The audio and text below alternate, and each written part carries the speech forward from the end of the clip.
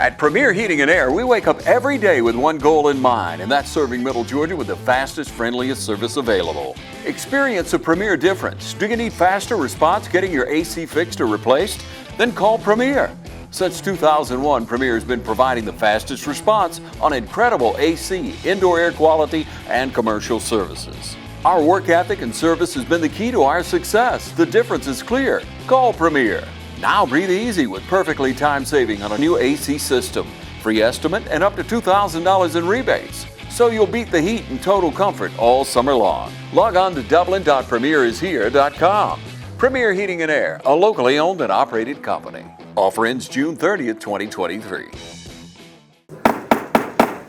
The June 6, 2024 meeting of the Dublin City Council is hereby called to order. I'd like to ask our Youth Council Director, Antoine Lloyd, to provide the invocation. Please remain standing after the invocation for the pledge to the flag. Mr. Lloyd. Let us pray. Father, we give you glory and honor for this day you've given us. Thank you for an opportunity to come together as a city. We ask your blessings upon our leaders, Lord, as they lead us and guide us, that you will give them the knowledge and the understanding to lead us in the direction that is pleasing to your sight. Once again, we thank you for this day. In Jesus' name, amen. Amen. I pledge allegiance to the flag of the United States of America and to the republic for which it stands, one nation, under God, indivisible, with liberty and justice for all. All right, I want to welcome everyone to tonight's City Council meeting. We have a full council. Full council chambers and lots of folks here because we have some special presentations. We are going to begin the evening before we get to our regular agenda items. First, with the presentation of our Employee of the Year, Marissa Moon. At this point, I'd ask for our City Manager, Josh Powell, to give us some background information. If we could ask Ms. Moon to step down front, please. She is always fighting to be in the spotlight. You have to just really, as you can tell, she stood out in the hall as long as she possibly could to avoid even coming in here.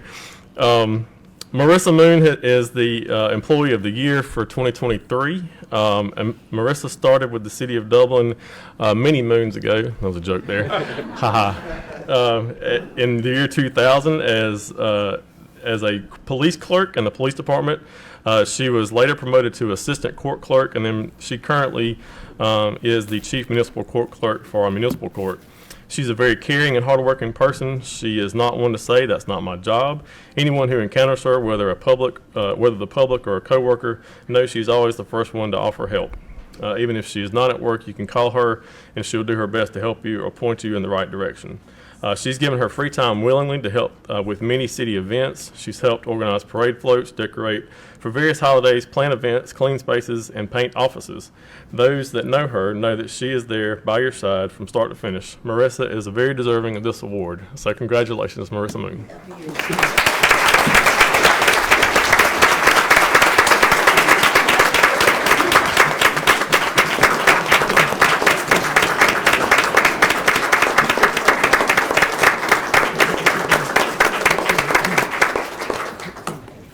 She also loves hugs, so if everybody could stop her on the way out. All right, congratulations, Marissa. Very well deserved. Glad that you were able to receive this honor tonight. Thank you for all you do for the city. At this time, we'll move to our second special presentation of the evening, which is from the City of Dublin's International Committee. This committee has been chaired by Council Member Sarah Colby. So I'll turn it over to Councilman Colby at this time to take it away. Can I do it just from there? Whatever you want to do.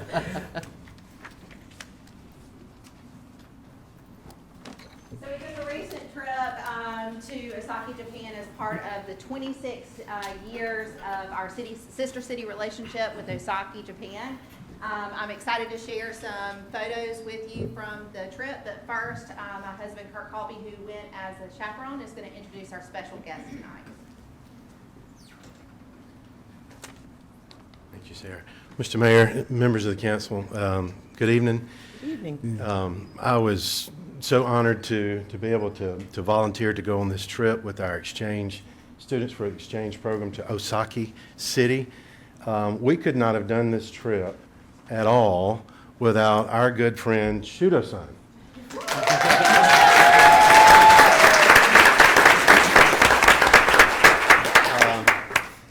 He gave up 10 days of his life to drag us around all these places in Japan. He arranged flights, transportation. He did everything for us. The silly questions that we had, he helped us understand what foods we might enjoy and those we might not enjoy. But he a major sacrifice. Currently, he works in Atlanta with YKK-AP as their legal counsel, and is just a great liaison for the student exchange program. So we appreciate him very much. Thanks, students.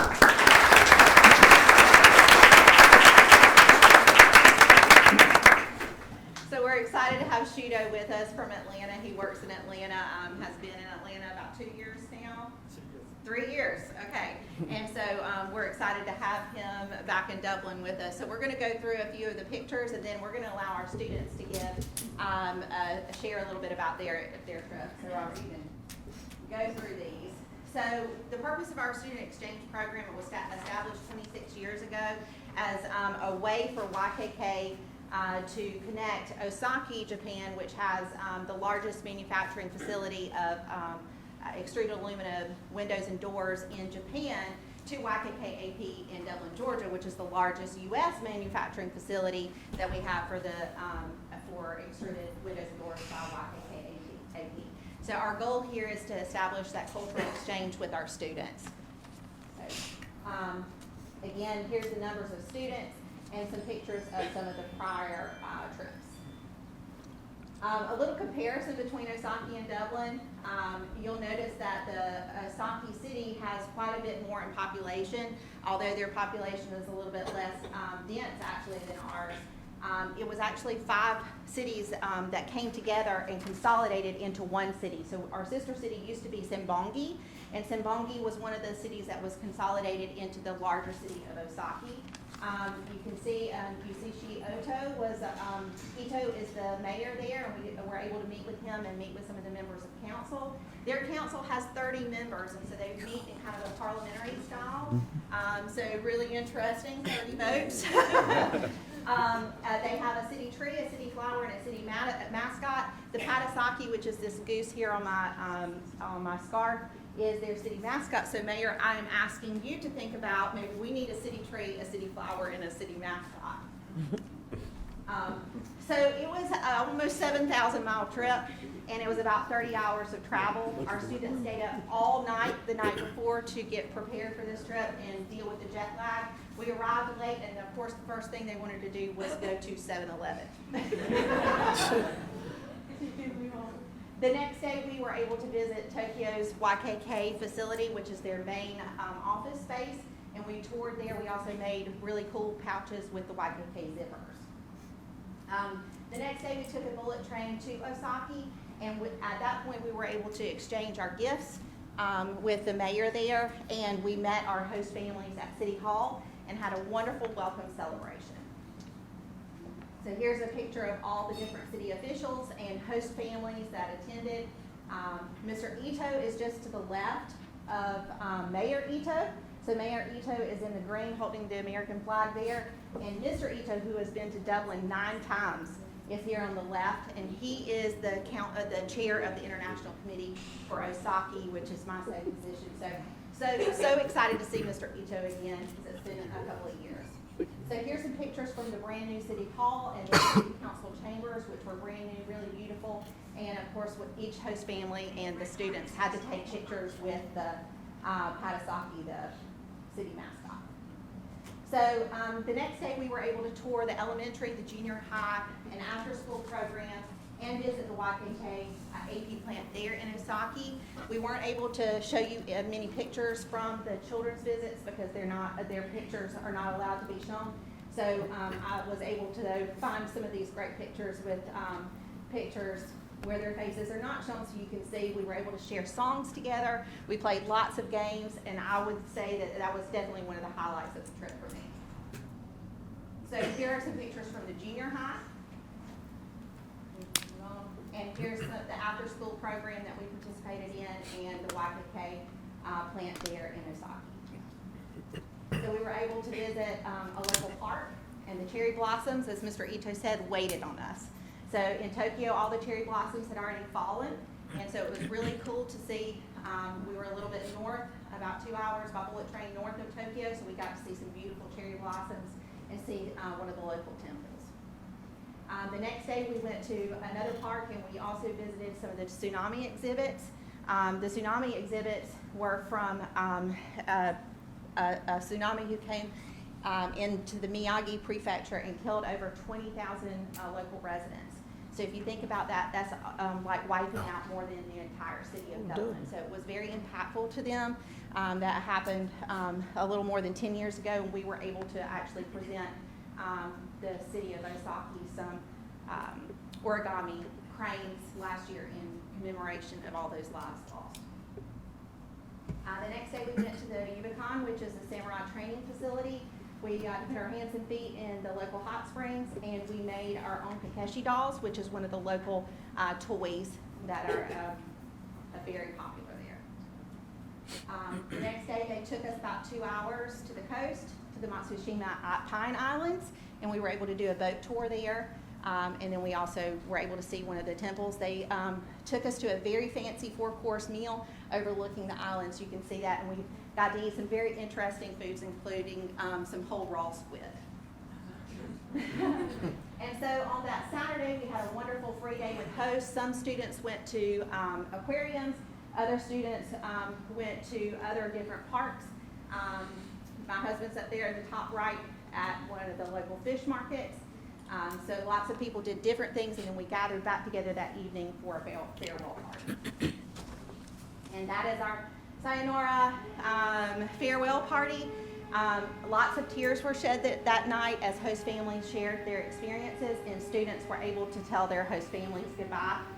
But the next morning, Robert, we were actually able to take the train back to Tokyo, and we had a fun night there. We were able to do karaoke and see some of the sights, and include the Sky Tree there. So I just want to give a big thank you to the City of Dublin.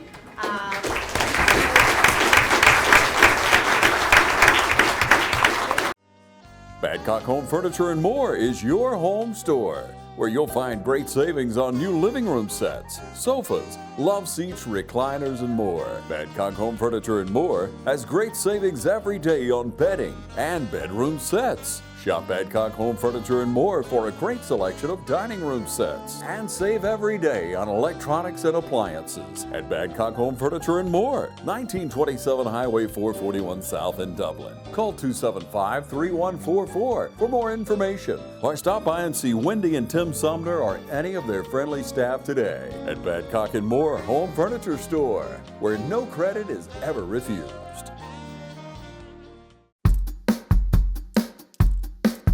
All right, boys, if you want to go to college, you have to clear out another one of these. What if we told you there was a better way to save for your kids' college than pickle jars? Morris Bank's Savings Builder account and Moolah makes saving for your kids' college easier than ever. All you have to do is connect the account to your debit card, where it automatically rounds up your purchases to the nearest dollar, depositing that spare change into a Moolah account, where it will grow into a nice little nest egg for whatever your kids have their sights set on.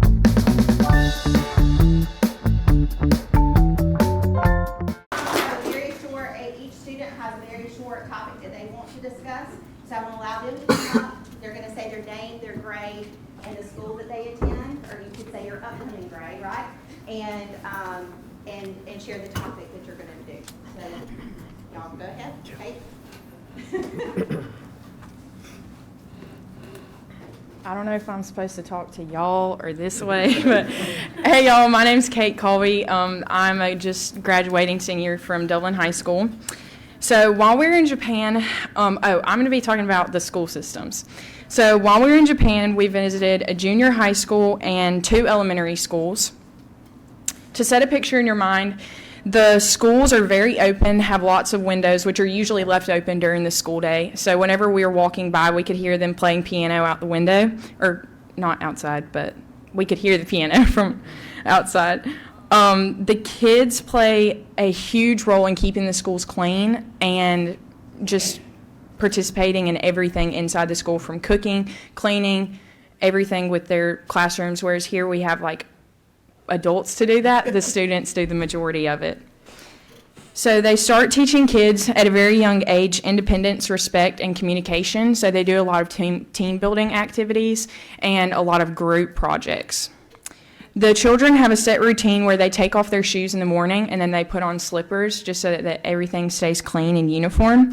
And then whenever they get to middle school, they start wearing uniforms. The children have multiple designated recess periods where they play games, art, music, and then one thing that I thought that was really interesting about the playgrounds outside is they have swimming pools. So it teaches kids like how to swim while they're in school and safety about water.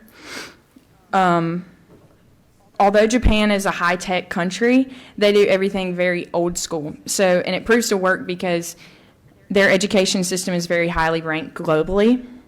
They don't use computers or iPads to do any of their homework. They use chalkboards, chalk, paper, pencils. And then while we were there, we actually got to participate in a lot of games with them for learning. So we did charades and to teach them English, and it had like pictures on it. And then we would swap out and play games like that. So there's like 0 computers or anything inside the schools at all.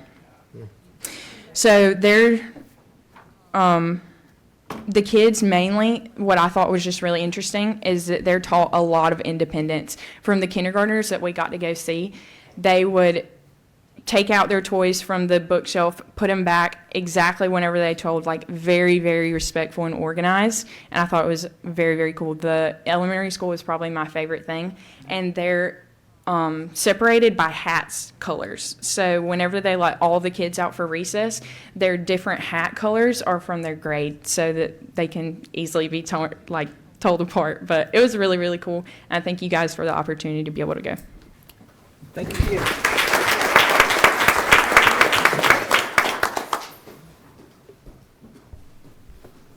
Hi, my name is Emma Claire McDaniel, and I'm a rising 11th grader at Dublin High School, and I'm going to be speaking about the language barrier. So during our trip in Japan, our group learned many things about Japan and its culture. We met some amazing people, tried amazing food, and had the trip of a lifetime. But we've definitely faced a challenge in the language barrier. English and Japan are very different languages, and we experienced that firsthand.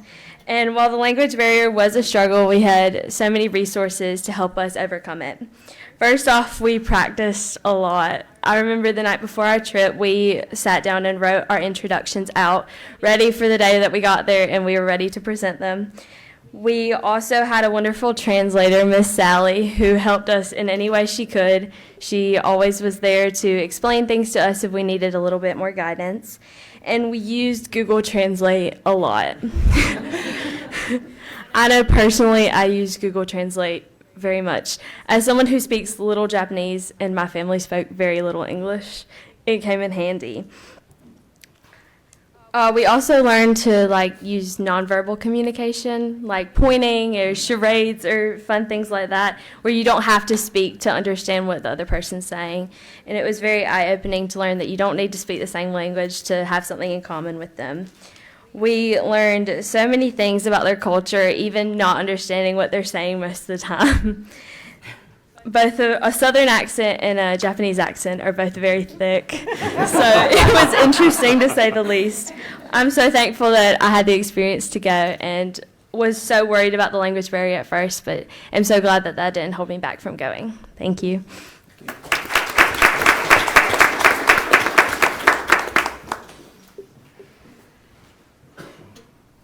Hey guys, my name is Elle Walker and I'm a rising senior at West Lawrence High School. First of all, I would like to thank the International Committee and Dublin City and of course my parents for making this trip possible. I'm going to be telling y'all about the food that we had in Japan. Japanese food is known for its fresh, high-quality ingredients and its beautiful presentation. Some popular traditional dishes in Japan include sushimi, ramen, tempura, and miso soup, and we tried all of it. Japanese cuisine also incorporates a lot of seafood, rice, and vegetables. It definitely wasn't what we were used to, but it was a lot cleaner and healthier than what we usually eat. The food there was a lot smaller portion-wise, but very filling. One night with my host family, we made takoyaki, which is we called it octoballs, which is like pancake mix in the form of a ball and an octopus in the middle. And then obviously what Ms. Sarah said, the squid, the raw squid, was probably one of the craziest things I ate there. We also got to experience, my host family took me to, we went to pick strawberries, and it was a lot different over there. You did it inside, and they were eye level. They were a lot sweeter. They had all different kinds, probably because they don't use any of the pesticides we use. But it was an amazing thing to see. And again, thank you so much for this opportunity.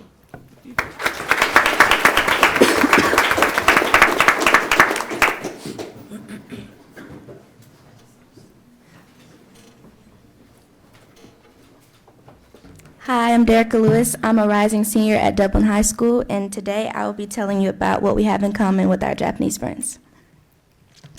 When it comes to my Japanese friends and I, we had quite a few things in common. We all shared a strong sense of dedication and hard work, whether it's in our studies, sports, or other hobbies. For example, my friend Rika was dedicated to practicing archery and calligraphy. My host family all were in the medical field. My host sister Mickey was a neurosurgeon, which interested me a lot because I thought that career choice was amazing, and I watched a lot of Grey's Anatomy, so I had many questions. As Americans, we also had a love for Japanese culture as well, including anime, food, and traditional customs. We enjoyed exploring different Japanese cuisines from sushi to ramen. Watching anime is another favorite pastime, and we love discussing our favorite shows and characters. We also enjoyed the American-style food. We tried the McDonald's in Japan, and I let them try American food I enjoyed back home. Additionally, we shared an appreciation for traditional Japanese customs. Participating in cultural events and learning about the history behind them has brought us closer and deepened our understanding of each other's background, while also sharing things about life in America. Our shared interests and values really helped us build a strong and supportive friendship. Whether we're practicing teaching each other's language, playing sports, dancing, or just hanging out, we also found common ground and enjoyed each other's company. All in all, we had lots in common and lots to teach and learn from each other. I'm so thankful for all the knowledge I have gained from this amazing experience. Thank you. Thank you.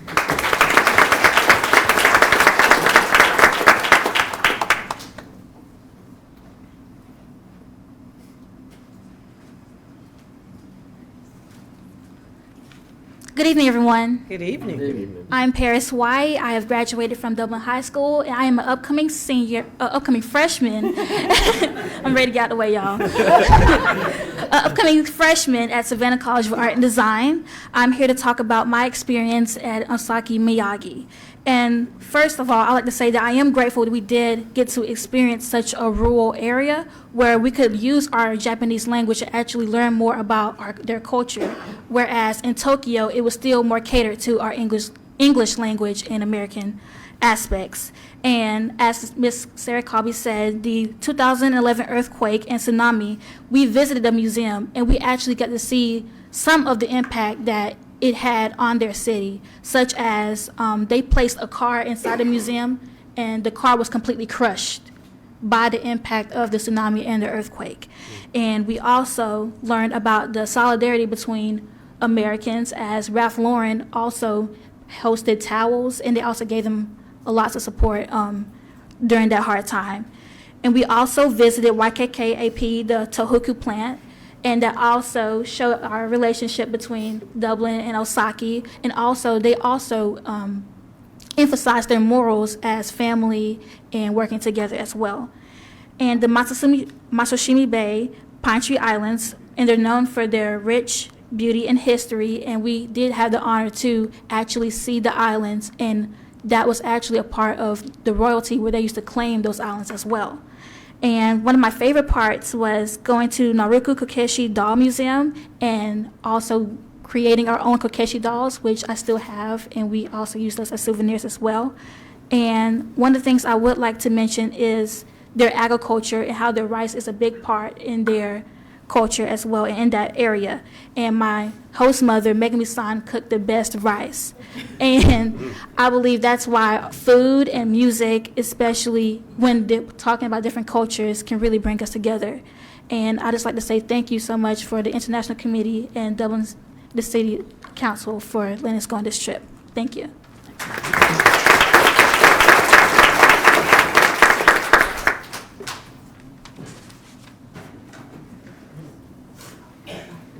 How y'all doing? Great. My name is Derek McCray. I just graduated from Dublin High School. I'll be a freshman at Georgia Southern in the fall. Thank you for allowing me to go on this trip. Thank you for helping me get there. That was an amazing experience. I loved every moment of it. I'm here to talk about the natural beauty of everything. I loved every moment of Japan.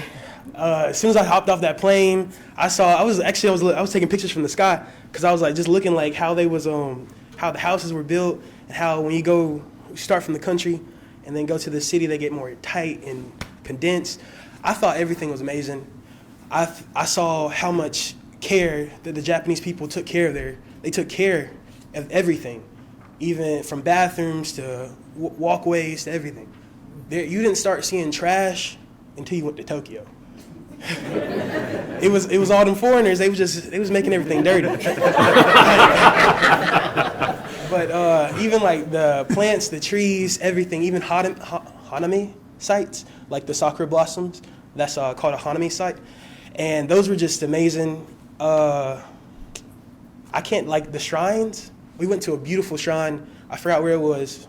Don't ask me. It was beautiful though. They had like literal wood carvings of like elaborate and very detailed, beautiful designs carved out of wood and like encased in gold. Everything in the whole entire shrine was encased in gold. Like, that's big money. And it was just, but you just got to, everywhere you went, you saw that they took care of everything. Everything, even the sunrise, even the sunset, and that was so aesthetic, that was beautiful. And there wasn't trash everywhere. Even their cars, they were clean, they weren't dirty. They took care of it. Everything they took time and cared about, and I loved every moment of it. And y'all should go to Japan too. Exactly. Thank you. Thank you. I think I'm gonna move there. Thank you again to all of our students. I just want to say the main thing that I got, the one word was honor. We felt very honored for the privilege of being able to go, but we felt very honored by our hosts as well. And so I just want to encourage you, if you want to be a host family, we will be hosting again in 2026. So look for information coming about that, or you can speak to me later. And then we will travel again in 2027, and the school counselors will have applications in hand the fall of 2026. So be looking out for those. Thank you. Thank you. Right. I also want to thank the volunteers on the International Committee. Do we have any of the volunteers for the International Committee here? Thank you for coming this evening, but also thank you for your service over the last year and a half in preparing for this trip. And also, Councilman Colby, thank you for all your hard work in organizing this. This will complete this cycle of the International Committee, and then in January we'll start it back up again and get ready for the next exchange trip. Thank you very much. Shudo. Thank you very much, Shudo, for coming. And I don't know if the community really, and your guest as well, thank you for coming this evening. I don't know if everyone knows the impact of YKK on Dublin, but they are one of our largest employers and our largest taxpayer. They are also one of our largest utility users. And over the last 30 years, the exchange program has really enriched our community, not just financially, but culturally as well. So I really appreciate YKK's participation in this program and your investment and enrichment of our community. We look forward to continuing this program for many years to come. Century 21 Durden Carnegie is here to help buying or selling a home convenient and as simple as possible. Call on agents Brian Howell, Charlene Lamp, Adam White, David Deeves, Jennifer Bradley, Mark Bateman, Kim Thompson, Pamela Lee, Edie Webb, Jay Brantley, Jim Jarrett, Raina Dubberly, Yvonne Robertson, our broker George Durden. Century 21 Durden Carnegie Realty has been helping people just like you buy and sell a home in the Dublin area for generations. Our local knowledge and negotiation skills can guide you on the path to your dreams. Century 21 Durden Carnegie. Call 478-272-1535. Stop by our office on Veterans Boulevard or log on to c21dublin.com. We invite y'all to come down to Holy Smokes Barbecue. Dublin's fresh everyday barbecue source. 1100 Hillcrest Parkway, 272 Ribs. You can place your orders online, dublinbbq.com. We're all about faith, family, and friends. And remember, life's too short to eat bad barbecue. We're so thankful for you, Dublin. You guys have been so good to us, and we just want to invite you guys just to come on and experience what we think good barbecue is. Thank you very much for that, and we will now move to our final special presentation of the evening, the City of Dublin Youth Program, administration of the oath to our new youth council members. All right, so our municipal court judge, Judge Lauren Kirkland, is going to come down to administer the oath. So students, as I call your name, if you will come up front and line up here, and she'll administer the oath to you en masse. Some of our students are not here. They were on either vacations or other trips and were not able to be here, but I'm going to announce them anyway. Gage Garnto is going to be Mayor Pro Tem, a senior at Trinity Christian School. Ariana Lloyd, a member at large, a sophomore at West Lawrence High School. Beyonce Edmond, city planner, a junior at Dublin High School. Zamani Williams, again, come on forward when I call your name. Zamani Williams is not here, as I understand it. Council member at large, a senior at East Lawrence High School. Olivia Selman is not here, but is a council member at large, a junior at Trinity Christian School. Morgan Moore is not here, city clerk, junior, Dublin High School. Miria Thomas, city manager, very important position. And from the looks of things, I think you have 30 council members almost to deal with. It's like being in Japan. Senior at Dublin High School. Brooklyn Ziegler, at-large member of the council, senior at East Lawrence High School. Emma McDaniel, council historian, a junior at Dublin High School. Brooke Harbor, council historian, senior, West Lawrence High School. Krista Patel, Ward 4, senior, West Lawrence High School. Dustin Clements, mayor, senior, West Lawrence High School. Priscilla Allen, at-large member, senior, East Lawrence High School. Kaylin Hubbard, Ward 2, senior, East Lawrence High School. Asa Avery, at-large member, freshman, Trinity Christian School. Ella Selman is not here, but will be an at-large member, freshman at Trinity Christian School. Zaylin Boston, Ward 1, senior, Dublin High School. Darcy Spires, an at-large member, freshman, Trinity Christian School. Catherine Bryan, Ward 3, senior, West Lawrence High School. Nolan Terry, at-large, junior, Trinity Christian School. Caitlin Bryan, at-large, senior, West Lawrence High School. CJ Stubbs, at-large member, sophomore, Dublin High School. Lillian Davis, at-large, sophomore, East Lawrence High School. And Adrian Beecham, the assistant city clerk, junior at East Lawrence High School. That's so awesome. Yep, we're going to have to squeeze in tight, guys. Judge Kirkland, I want to thank you for coming this evening to administer the oath for. It's an honor, Yeah. and they're welcome to come to city court anytime. Treats. Sometime and see what we do. Dusty, the future mayor here, is with us almost every session, so we'd love to have y'all. Congratulations on being selected. What I'm going to do, I'm going to read the oath. There will be a point where you say your name. I want you to state your name, not state your name. And at the end, you'll say "I do" if you take the oath. So if you'll raise your right hands, I state your name. I, O'Meara Thomas, Do solemnly swear that I will support, uphold, and defend the Constitution of the laws of the United States of America and the state of Georgia, that I will obey the laws and ordinances of the city of Dublin, Georgia, and the bylaws and rules of the city of Dublin Youth Council, and will faithfully perform and discharge the duties incumbent upon me as a member of the Youth Council fairly, honestly, and to the best of my skill and ability, and as to me shall seem to be for the best interest and welfare of the city, without fear, favor, or affection, so help me God. You'll say, I do. I do. Congratulations.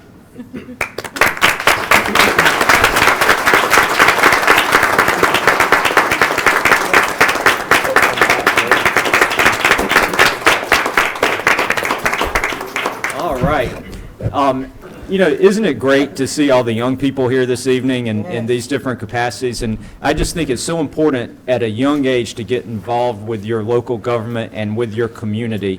And I'm very proud that this city and this council are providing these kind of opportunities for all of you guys to get to know how your city works, how your government works, and to learn more about your community. And hopefully, that's going to get you tied even tighter to this place, to Dublin, so that whenever you decide to come back home from college or from whatever experience you have, that you'll come back home to Dublin and be able to contribute back to this community. So congratulations to all of you. Look forward to your participation over this next year.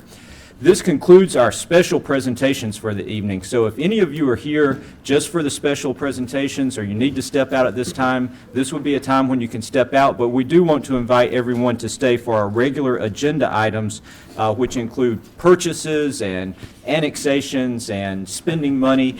So you're welcome to stay for the entirety of the meeting. But if you would like to step out now, this would be a time you can do that. City staff, y'all can just stay seated. Please don't go.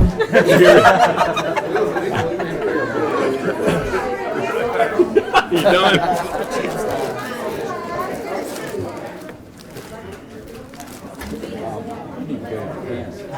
Clean, organized. You won't come back. Ready to be on the chaperone list?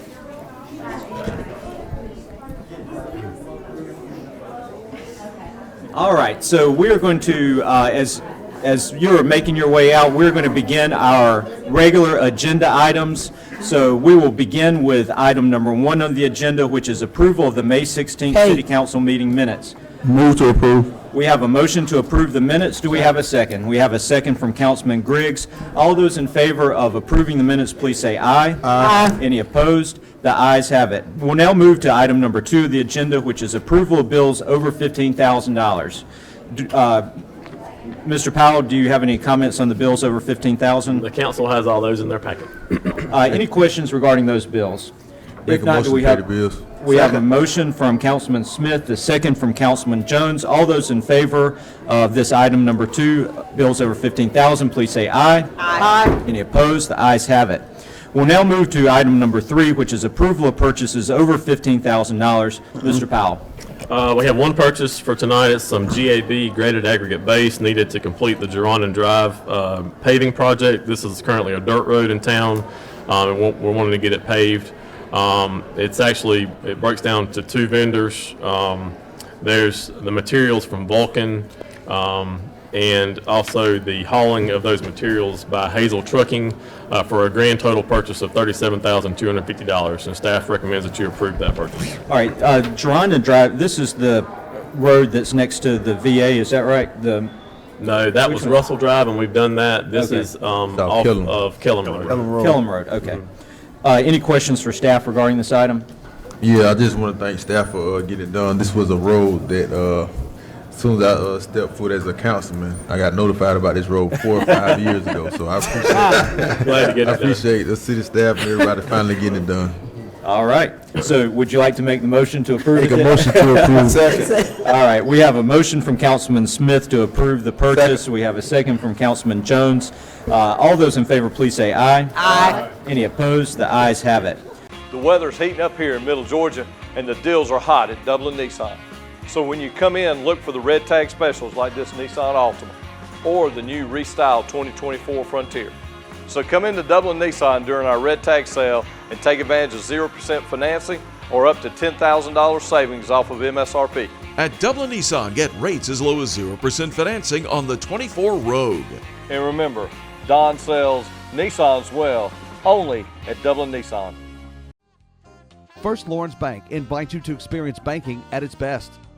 Whether you have personal or business needs, we're a full-service bank big enough to handle all of your banking needs and small enough to provide you with that personal touch you've grown to expect from a community bank like First Lawrence Bank.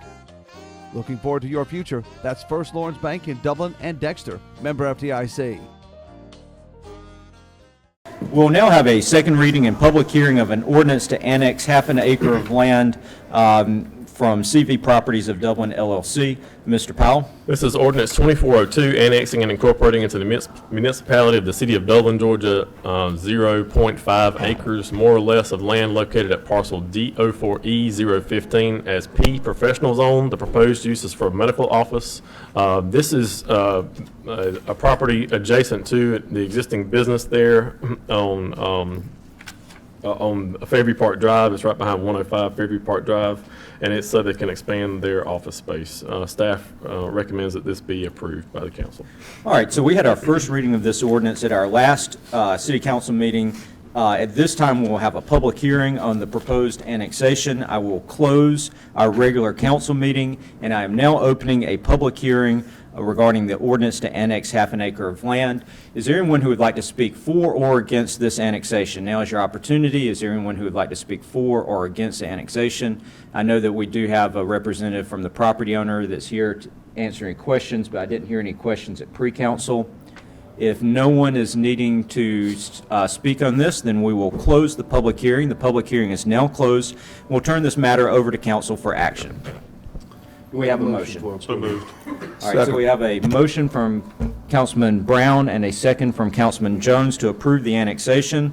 Any discussion on the motion? Hearing no discussion, all those in favor, please say aye. Oh, this is a roll call. I'm sorry. Thank you guys for correcting me there. This is a roll call vote because it is an ordinance. So, Madam Clerk, Ms. Browning, if you'll call the roll. Councilman Brown. Yes. Councilman Jones. Yes. Councilwoman Godfrey. Yes. Councilwoman Colby. Yes. Councilman Griggs. Yes. Councilman Smith. Yes. Councilman Mascara. Yes. Ordinance passes. All right. Thank you for that. The ordinance passes. We'll now move to item number 5 on the agenda. Item number 5 is a second reading and public hearing on an ordinance to adopt our fiscal year 2025 operating budget. Mr. Powell. This is ordinance number 2403, an ordinance by the mayor and council of the city of Dublin to provide for the adoption of the fiscal year 2025 operating budget for the city of Dublin, to update the position and classification schedule for employees of the city, to set criteria for the city's retention incentive, to adopt a 5-year capital improvement plan for the city, to set an effective date, and for other lawful purposes. The total budget this year on both the expense and revenue side is $95,364,169. Okay, at this time, we have had the second reading, and we will now close the city council meeting and open a public hearing to receive any comments regarding this proposed budget for fiscal year 2025. Is there anyone who would like to come forward and make any comments or ask any questions regarding our 2025 fiscal year budget? If there's no one that likes to speak in favor of or against the ordinance, then we will close this public hearing and turn this matter back over to council for action. Do we have a motion? Move for approval of budget. We have a motion to approve from Councilman Brown and a second from Councilman Griggs. Any discussion on the motion? All right, I know that we have had extensive budget hearings, budget workshops. We've had a first reading, a second reading, so I feel like we've been over this all. Does anybody have any questions or public comments? If not, then we will move to a roll call. Ms. Browning, would you please call the roll? Councilman Brown. Yes. Councilman Jones. Yes. Councilwoman Godfrey. Yes. Councilwoman Colby. Yes. Councilman Griggs. Yes. Councilman Smith. Yes. Councilman Mascara. Yes. Ordinance passes. All right. I want to thank staff and council members, including, I know Mr. Daniels and Mr. Powell worked very hard for a long time with the department heads putting this budget together. It's the largest budget in the city's history, but at the same time, we've managed to keep the taxes at the low level that they're at. I think this is driven a lot by our grants and being very aggressive about getting grants, and I'm very proud of the budget that you guys have put together and that council has passed here. I think we're going to be able to accomplish a lot in this next year. All right, we'll now move to item number 6, which is the second reading and public hearing on an ordinance to amend our utilities code of ordinance section. Mr. Powell. This is ordinance 2404 for amending rates that will be effective on July 10th, 2024, and ordinance amending section 24-38, 24-39, and 2472 of chapter 24 entitled Utilities, Code of Ordinances, City of Dublin, Georgia. And it also sets the effective date. This will raise water and corresponding sewer rates by 20 cents per 1,000 gallons. All right, and as I noted at our last meeting, this is a minimal increase. A minimum bill would go from $24 to $24.80. Do we have any questions for staff regarding this ordinance? If not, do we have a motion? Make a motion for approval. We have a motion from Councilman Griggs. Second. We have a second from Councilman Smith. Any discussion on the motion? If not, Ms. Browning, will you please call the roll? Councilman Brown. Yes. Councilman Jones. Yes. Councilwoman Godfrey. Yes. Councilwoman Colby. Yes. Councilman Griggs. Yes. Councilman Smith. Yes. Councilman Mascara. Yes. Ordinance passes. All right, I believe that I made an error there. Were we supposed to have a public hearing prior to? Yeah. Oh, Prior to sorry, that? I thought you did. My Okay. bad. So at this time, if we can just reverse and go back, and I just want to, yeah, I just want to make sure that that we have this correct for our records, in case somebody challenges the utility of that 80 cents in the future. At this time, we're going to go back and close the city council meeting and open an opportunity for a public hearing.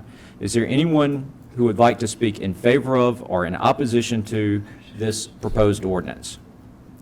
All right, hearing none, I will close the public meeting and reopen the city council meeting and ask the clerk to call the roll again, please. Sure. Councilman Brown. Yes. Councilman Jones. Yes. Councilwoman Godfrey. Yes. Councilwoman Colby. Yes. Councilman Griggs. Yes. Councilman Smith. Yes. Councilman Mascara. Yes. Ordinance passes. All right, I apologize again for that, and you guys have got to keep me straight. I've missed a couple tonight. So let's move to item number 7, which is discussion and action on a resolution to approve an agreement with the Department of Corrections. Mr. Powell. This is Resolution 2423, a resolution of the City of Dublin, Georgia, by and through its mayor and council approving a contract with the Georgia Department of Corrections for the services of a work detail for the City of Dublin, to authorize the mayor and city clerk to execute the same, set an effective date, and for other lawful purposes. For those that don't know, we utilize a prison work detail at Riverview Golf Course and have for a number of years now, and the contract here has not changed for the last several years. The total cost is $24,659 for this on an annual basis, which is essentially for the time of the corrections officer that comes and supervises the workers. Staff recommends that you approve the resolution. Okay, this is a resolution, so it does not require a public hearing or a roll call vote, but do we have any questions for staff regarding it? If there are no questions, do we have a motion? So moved. Second. We have a motion from Councilman Mascara, a second from Councilman Brown. All those in favor of the resolution, please say aye. Aye. Any opposed? The ayes have it. Allen's Heating and Cooling is your licensed Amana equipment dealer. Trust Allen's Heating and Cooling to install and service your heating and cooling unit. Allen services all brands, and with the purchase of a new Amana, offers a lifetime compressor warranty. Call Sean Clark or any of his friendly staff at Allen's Heating and Cooling, your Amana dealer. Amana lasts and lasts and lasts. Father's Day is just around the corner. Better hurry to Roach Farm and Garden. It's Father's Day and I know what Dad wants. A Bayou Classic, griddle, new grill, or smoker, in that order. Tired of seeing Dad in holey clothes and boots? Roach Farm and Garden has a great Carhartt and Georgia boot selection. It's Father's Day and a new knife or flashlight never disappoints. Get to Roach Farm and Garden today. Does your dad hunt? Pick up some deer feed, corn, or salt blocks, or even trophy rocks. There's something for everyone at Roach Farm and Garden. 2 locations, Dublin and Wrightsville. We'll now move to item number 8 on the agenda, which is a first reading of an ordinance to readopt the GMEB's Defined Benefit Retirement Plan. Mr. Powell. This is ordinance number 2405 to readopt the Georgia Municipal Employee Benefit System, or GMEB's Defined Benefit Retirement Plan. This is something that a GMA and the GMEBS program is required to get IRS approval each year of the plan to maintain the tax benefits that we receive from that. Each municipality that's a part of the GMEBS program is required to readopt the plan after that approval has been received by the IRS, and so that's what this ordinance will do. This is just a first reading. All right, and I think it's important to note that the benefits will remain the same. There's no change to the benefits. This is just a procedural thing. This was a first reading. A second reading and a public hearing on this matter will be held at the June 20th City Council meeting. We'll now move to item number 9 on the agenda, which is a resolution to approve a promissory note and loan agreement with GFA for our industrial sewer project. Mr. Powell. This is Resolution 2424, a resolution by the Mayor and Council of the City of Dublin to approve and accept the terms of a loan agreement and promissory note with the Clean Water State Revolving Fund administered by the Georgia Environmental Finance Authority, sometimes referred to as GFA, to set an effective date and for other lawful purposes. This, after the council awarded the bid for the work to be done for this sewer project, which has already started back in December, we went back to GFA because we knew we were going to need additional funds to complete it. The total project cost is just over $8 million now, and we had all of that but $600,000 in both a combination of a previous GFA loan and an EDA grant. So this is a separate loan for the additional $600,000 needed to complete the project. It is a 20-year term. It has a 1.8% interest rate, and so staff is recommending that you approve the loan or the resolution. Okay, so we have this resolution to approve the loan agreement and the promissory note. Do we have any questions for staff regarding it? And this is that. Go ahead. This is the sewer project is going to help the industrial of Washington. It's the one that runs all the way from Brown Road up to yes, the 257 industrial site. Okay. And I think it also serves YKK too. Is that right? Yeah. Okay. So yeah, this is our primary industrial sewer line. It's expensive, but the good news is that we've got very good loan terms, so that from the total cost of the project, most of it is at 0% interest. Some of the money is going to be forgiven by the state funding agency, and we received over $2.6 million in grants.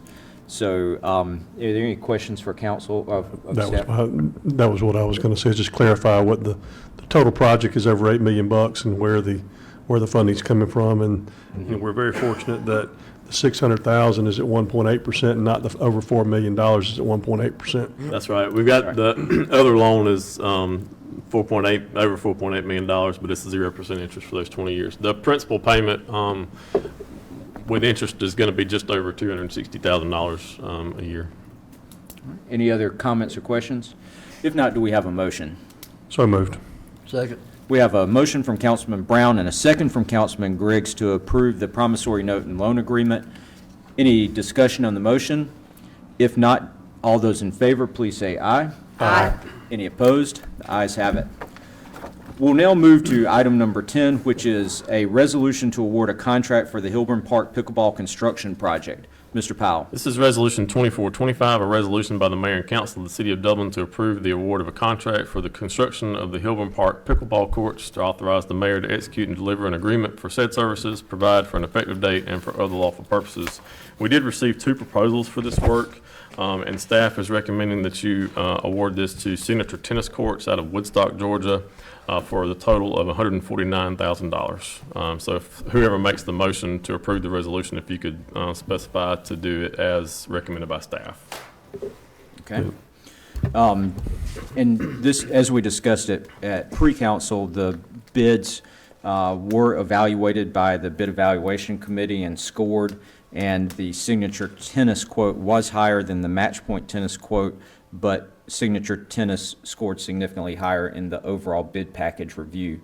Are there any questions or comments? But our initial overall budget for this was $260,000, if I'm correct. So we're well under what we originally budgeted for this. That's right. And I should point out, in fairness, that budget figure came about when we were looking at still doing 8 courts there.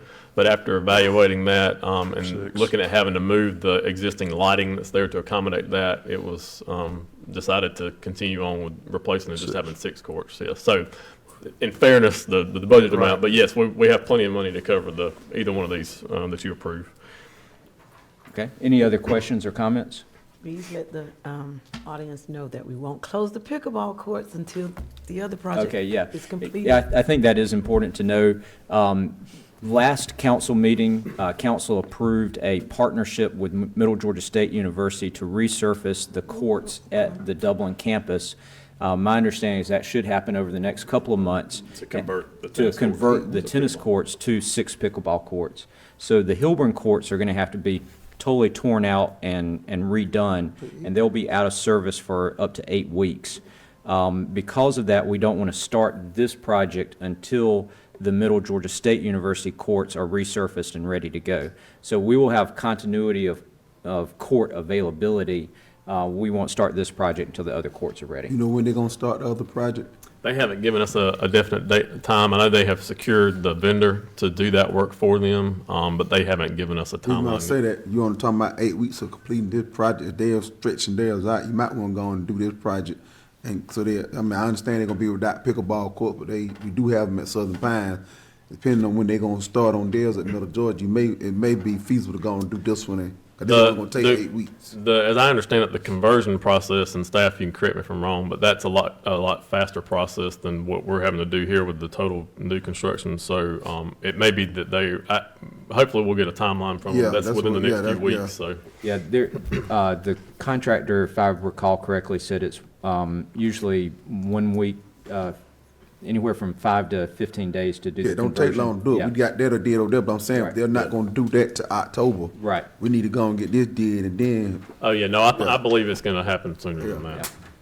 All right, so do we have any other questions or comments? If not, all those do we need a motion? Yes. Make a motion to approve Signature Tennis's quote for the total rehaul of the park courts. All right, we have a motion to award the bid to Signature Tennis. Second. We have a second. Any discussion on the motion? All those in favor, please say aye. Aye. Any opposed? The ayes have it. I know that former Mayor Drigger would be very pleased with the council for approving this. Hi, I'm Tom Dominy. Here at Dublin Wind Nelson, we pride ourselves on providing the industry's highest quality products at the most competitive pricing. We are a full-service wholesaler specializing in plumbing, irrigation, and industrial products. With a staff that collectively offers more than 50 years of expertise, our team knows your industry, and we can answer your questions and help you get the parts and equipment you need. From Moen to Renee, we carry the plumbing, irrigation, and industrial products you need from the brands you trust. We also carry a great lineup of Milwaukee tools. At Dublin Wind Nelson, our goal is the long-term success of your business. We achieve that goal with a simple commitment, doing things right, one customer at a time. If you have a question, or if you're looking for a hard-to-find part, give us a call. Our experts are ready to help. Order online, give us a call, or come by at 507 Airport Road in Dublin. We're committed to building long-term relationships with our customers by earning your business every day.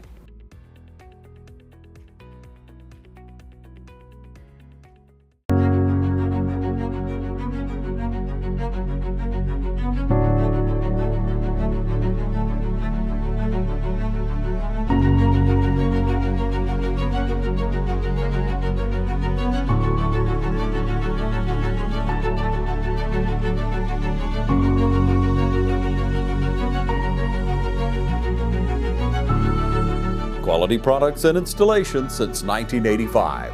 That's 4 Seasons. All right, let's move to item number 11, which is discussion and action on a resolution to amend the contract for construction of the Northside Fire Station. Mr. Powell.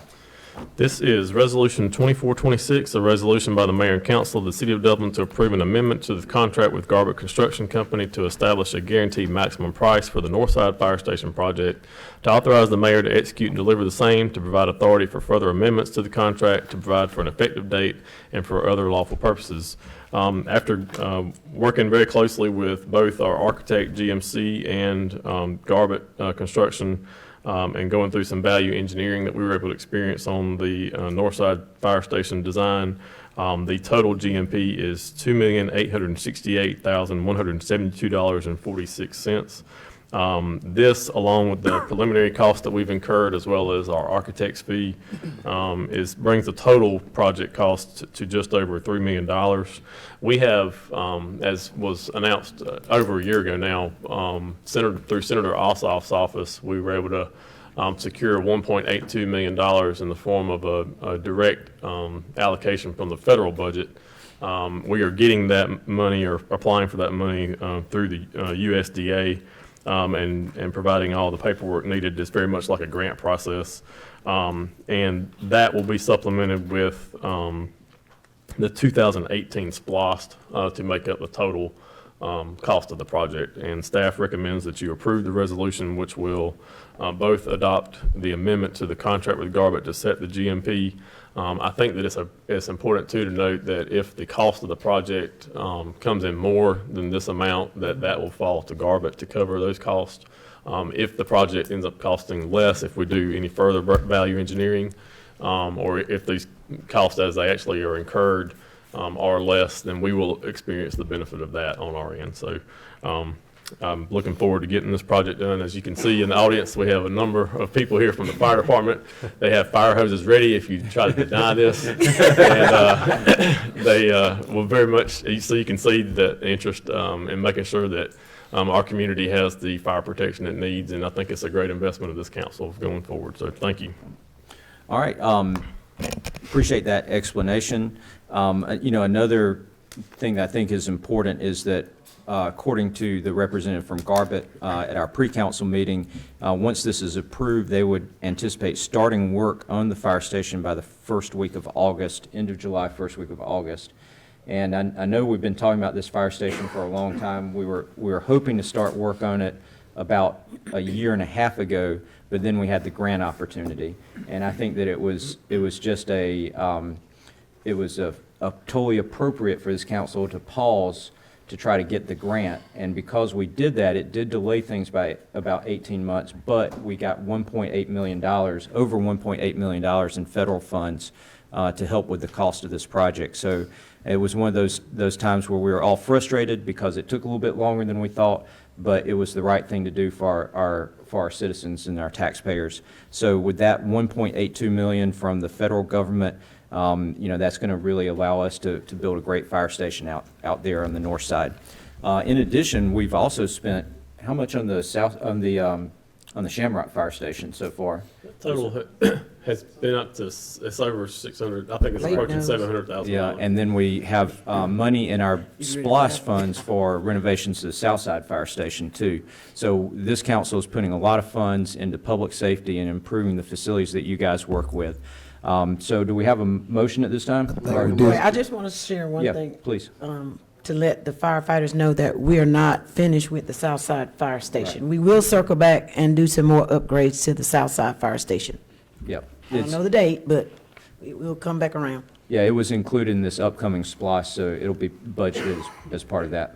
I think they need to know that the delay to this was not due to the grant. The grant was already granted. We was waiting on the state to give us our certificate so we can get this federal money. The federal money been sitting there for 2 years. We've been waiting on the state agriculture to clear up and do their process to give us our certificate. So it's not on the federal government, it was on the state. It's USDA, so that's federal. That is federal. Well, that's the money's coming through. Yeah, the money coming through there, but we was waiting on the state to give us the clarification to clear. We was waiting on them to clear up the land. They had to do an inspection with them, from what I understood. Oh, no, it's been, as far as the funding goes, it's been the funding the USDA. The USDA been waiting to give us the money. They just been waiting on us to apply. I have a question for the chief.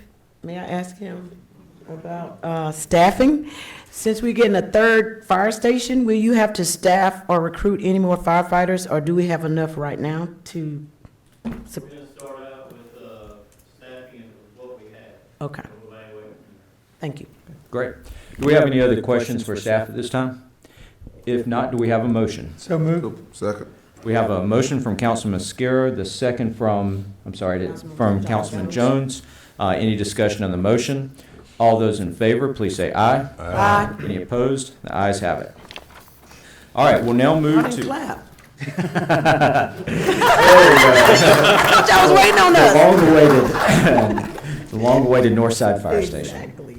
All right, we'll now move to item number 12 on the agenda, which is adoption of the Lawrence County Emergency Operations Plan. Mr. Powell. Lawrence County and all of the municipalities that provide emergency services are required to adopt the Lawrence County Emergency Operations Plan each year, and so that would include the city of Dublin.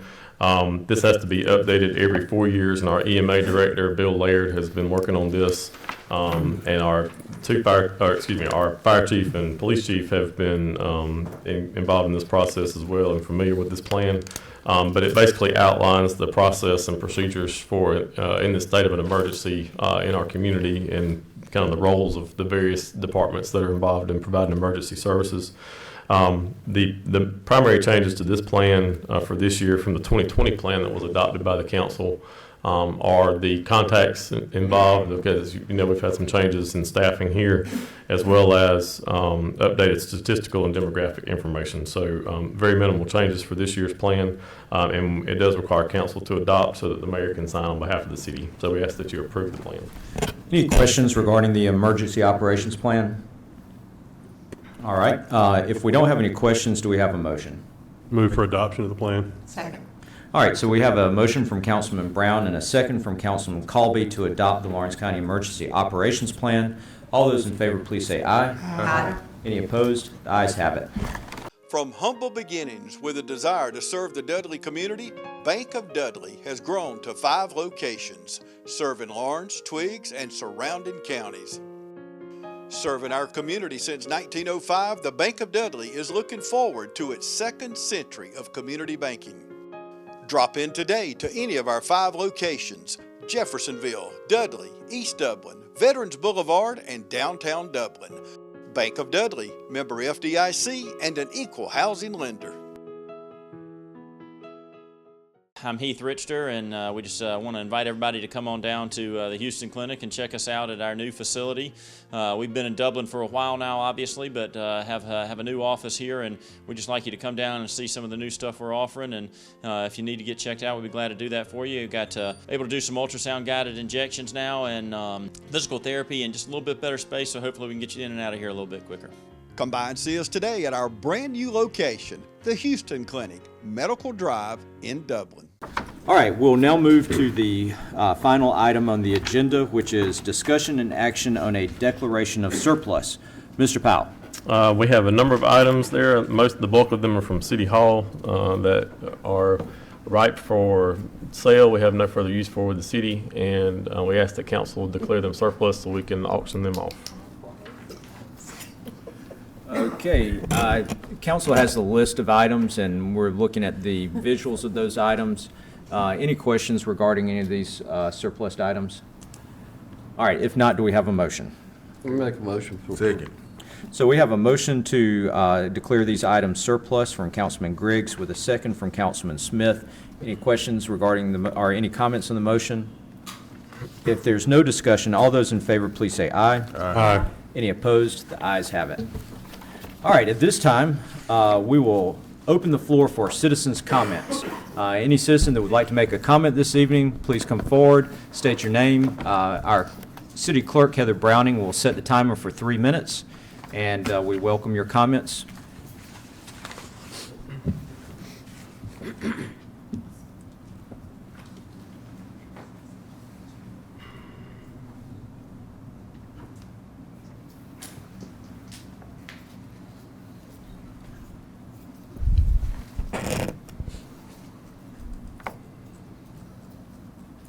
Good evening. Good to see you. Evening. Good I evening. hope my minutes don't start yet. You sure we have to see you.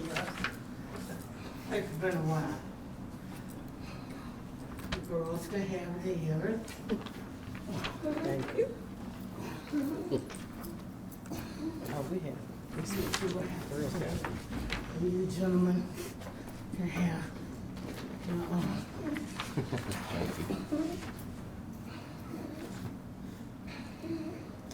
This upper respiratory is keeping me away from you guys for about 5 months. This might run from 3 to 5 minutes. I tried to make it quick. Hello, everybody, and please make your it's some typos in here. Oh, okay. I did it at 3 o'clock this morning. I, a citizen of Dublin, first of all, I am Jacqueline Jadon Bright. I am also a United States veteran. Today's D-Day, so I'm D-Daying here in Dublin. Thank you.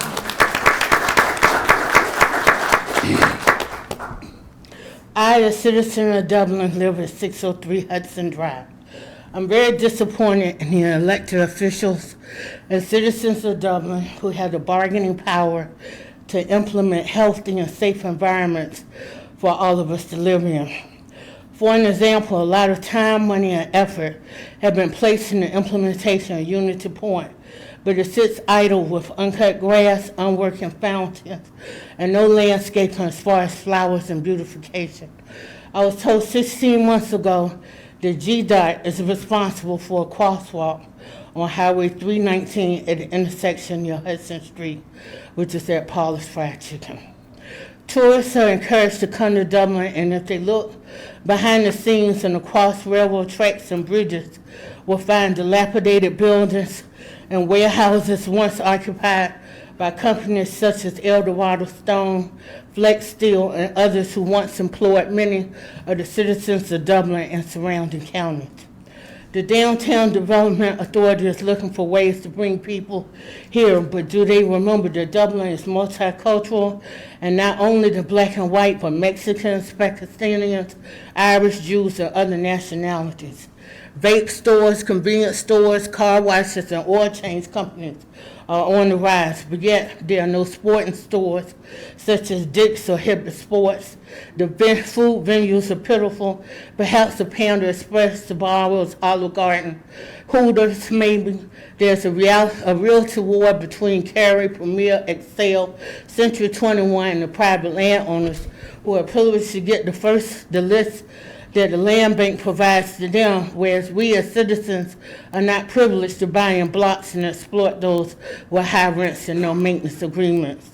The council agenda often starts with the approval of bills that allow our elected officials to go to out-of-town meetings at taxpayers' expense, but those of us with fixed incomes struggle to pay taxes outlined to go to the school or the city, and then expecting an increase of 4 cents to water or 2 cents to sewer or a price hike in electricity will not affect the senior citizens or the families of four who have to decide whether to buy milk or gas to get to work.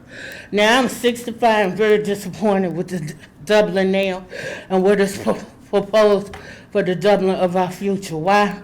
People have no vision. I'm here tonight to appeal to the City Council and those citizens that are listening at home or who will watch this viewing later to either stand for something or die for nothing. Do not waste my time and taxpayer money on gates to keep her out of the neighborhood because your community does not want to be bothered with the world outside.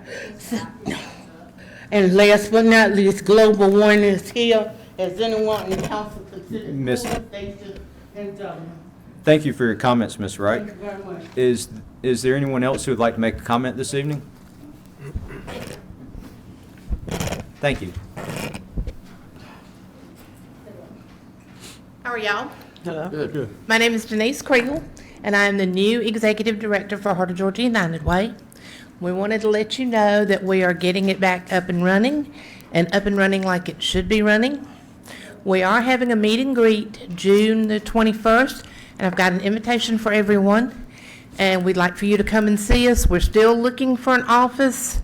The building on Gain Street was sold, but we are still looking for an office at this point. Thank you. All right, thank you. We'll be glad to take those cards. Any other citizens' comments this evening? Anyone else? All right, at this time, we will close citizens' comments. Thank you, Ms. Krill, for coming. And we will have comments by council and staff. Mr. Daniels, any comments this evening? Thank you. Mr. Groover? No, ma'am. City Clerk, Ms. Browning? No comment. All right, great, thank you. We'll start with Mr. Brown, Councilman Brown. No comments tonight. All right, Councilman Jones. Thank you, Mayor. Would like to congratulate Employee of the Year, Ms. Moon, for her award. Also, say thank you to our international committee for what they did going to Osaka, Japan, and representing the city very well. And I see the Dublin Youth Council. We look forward to working with them. This year, they actually had 31 students apply to be on Youth Council, which is the largest that we ever had to apply for that position. And you see the number out, 31 that we had. So we look forward to working with these youth and getting them involved in the community. Also, we had the council, our little event the other Saturday because of the weather. But this Saturday, we'll be doing pop-up library and starting out and kicking off, helping the library kick off this summer reading program at the Catherine W. Gray Resource Center. We had the police and fire department be there cooking hot dogs, and we'll be giving out bags, hoping to get the children involved in summer reading programs through the library. So, council and community, you're welcome to come by, be from 10 to 12, come out and enjoy that and get involved. Thank you. All right. Also, we have our Juneteenth parade next Saturday. Juneteenth parade next Saturday, starting at 12, and also the activities on the market on Madison, so you come out and have a good time. All right, thank you for those comments, Councilman Jones. Councilman Godfrey. No comment, thank you, sir. All right, Councilman Colby. No comments. Councilman Griggs. No comment, please. Councilman Smith. Just to echo what Benny said, congratulations to Marissa Moore, Employee of the Year, and thank you for your citizens' comments as well. I just want to leave a special thanks to Sarah. You did an amazing job with the youth and the trip to Japan, and it looks like, it seems like everyone enjoyed themselves, so a big kudos to you and the International Committee, and thank everyone for coming. All right, thank you for those comments. Councilman Mascara. I just have a question.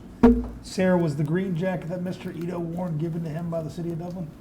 I'm not sure, but he had it long before Every my pic- time. every And he picture he had. he wore it every single day, or his shamrock tie. Yes. Thank you all for coming. All And that jacket was given to him early, by early mayor and council. No, the Mayor Ito wore the green coat in Yeah. representation of our relationship. Yes, but their colors are also green and white. Okay, cool. They're city colors. All right, thank you. Mr. Powell, any comments this evening? Just want to thank the council for approving this upcoming year's budget. Want to thank Mr. Daniels for his hard work and making sure all the numbers were as they should be, and all the department heads and staff for your work to help put that budget together. So it's a big thing we just accomplished there. Thank you. All right. Yes. You can figure out, make a motion to go to executive session. Yep, that's, at this time, do we have a motion? Make a motion to go into executive session. Second. All right, so my understanding from this. Real estate and attorney's- litigation. Okay, yeah, we Real have to estate and specify, litigation. yeah. So we have a motion to go into executive session for real estate and litigation. We have a second on that motion. All those in favor, please say aye. Aye. Any opposed? All right, the ayes have it. I want to thank everyone for coming this evening. Appreciate everyone's comments and participation. We'll now adjourn to the, actually, we'll stay in here for our executive session.